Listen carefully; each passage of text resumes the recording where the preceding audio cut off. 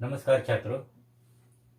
रय शिक्षण संस्था के श्री छत्रपति शाहू स्कूल व जूनियर कॉलेज में मैं प्राध्यापक श्री शिंदे अजय शंकर आपको आज मैं कक्षा 12वीं के अंतर्गत पद्य क्रमांक 5 के गुरुबाणी इस पद्य को आज मैं आपको पढ़ाने जा रहा हूँ। इसके कवि है गुरु नानक। यह पहला भाग है। अब देखिए कवि का परिचय। सबसे पहले हम देखते हैं कि कवि का नाम। कवि का नाम है गुरु नानक। इनका जन्म 15 अप्रैल 1469 को हुआ। उनका निधन 1539 को हुआ।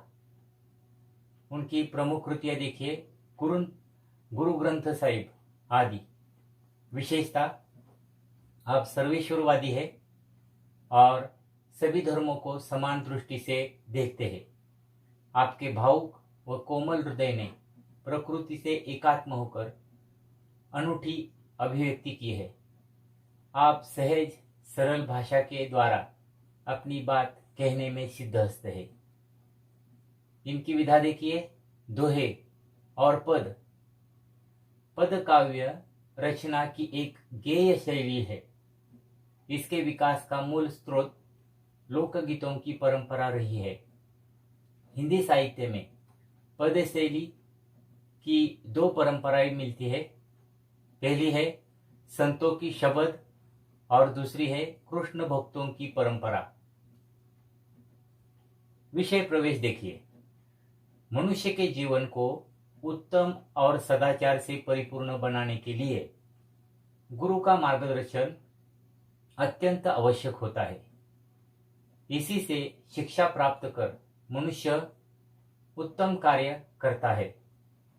प्रस्तुत दोहों और पदों के द्वारा गुरु नानक जी ने गुरु की महिमा, कर्म की महानता तथा सच्ची शिक्षा आदि के बारे में अपने अमूल्य विचारों से अपना परिचय कराया है। वे गुरु द्वारा दिए गए ज्ञान को शिष्य की सबसे बड़ी पूंजी मानते हैं।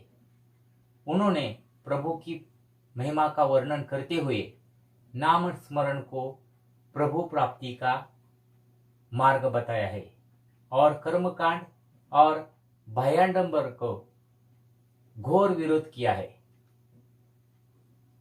कविता या पदों का सरल अर्थ देखिए। पहले जो पद है उनके बारे में देखिए। नानक गुरु न चेतनी, मणि अपने सुचेत। छूते तिल बुआड़, न्यू सुए अंदर खेत। खेते अंदर छुट्या, कहू नानक सौ नाह। फली अही, फूली अही, बपुड़े भी तन बीच स्वाह। अब इस दोहे का हम अर्थ देखते हैं कि नानक जी कहते हैं कि जो लोग गुरु का चिंतन नहीं करते, गुरु से लापरवाही बरतते हैं और अपने आप को ज्ञानी समझते हैं, वे व्यर्थ ही उगने वाली तिल की उन झाड़ियों के समान होते हैं जिनकी देखभाल करने वाला कोई नहीं होता। वे ऊपर से फलती फूलती दिखाई देती है, परंतु वह फलियों के अंदर गंदगी और मैल भरा होता है।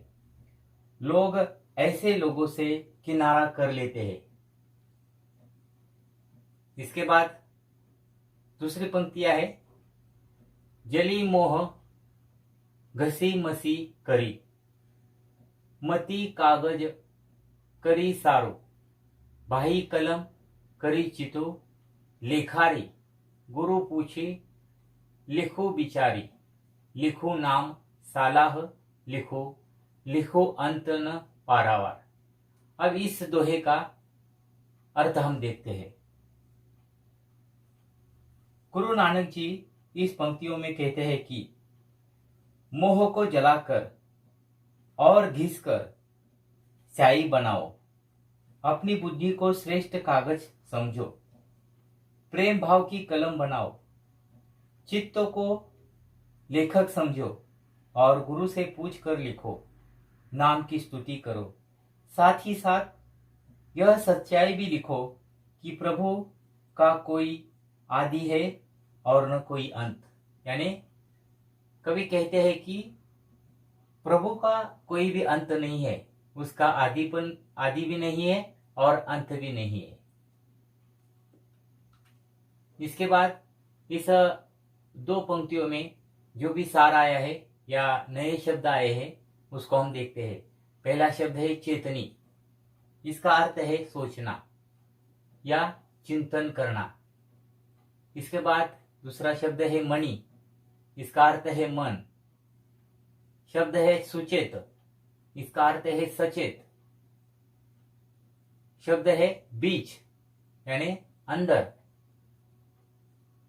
दूसरा शब्द है स्वाह, इसका अर्थ है राख या कालिख।